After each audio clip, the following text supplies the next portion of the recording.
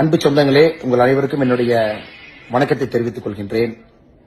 இன்னைக்கு enforcement directorate அவங்களுடைய செய்தி குறிப்பை நாம் எல்லாரும் பார்த்தோம்.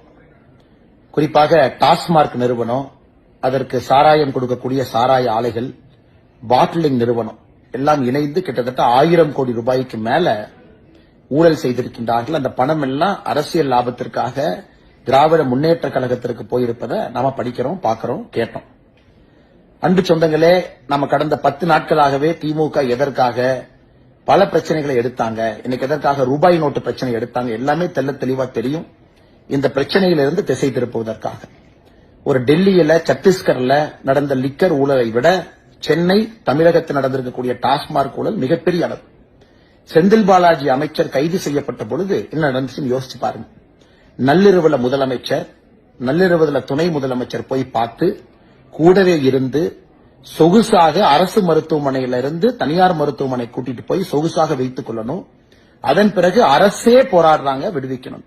அதை தாண்டியும் 1 ஆண்டு காலம் சிறையிலிருந்து வந்த பிறகு அமைச்சர் பதவி அப்படியே பாதுகாத்து செந்தில் பாலாஜிக்கு அப்படியே கொடுக்கிறாங்க.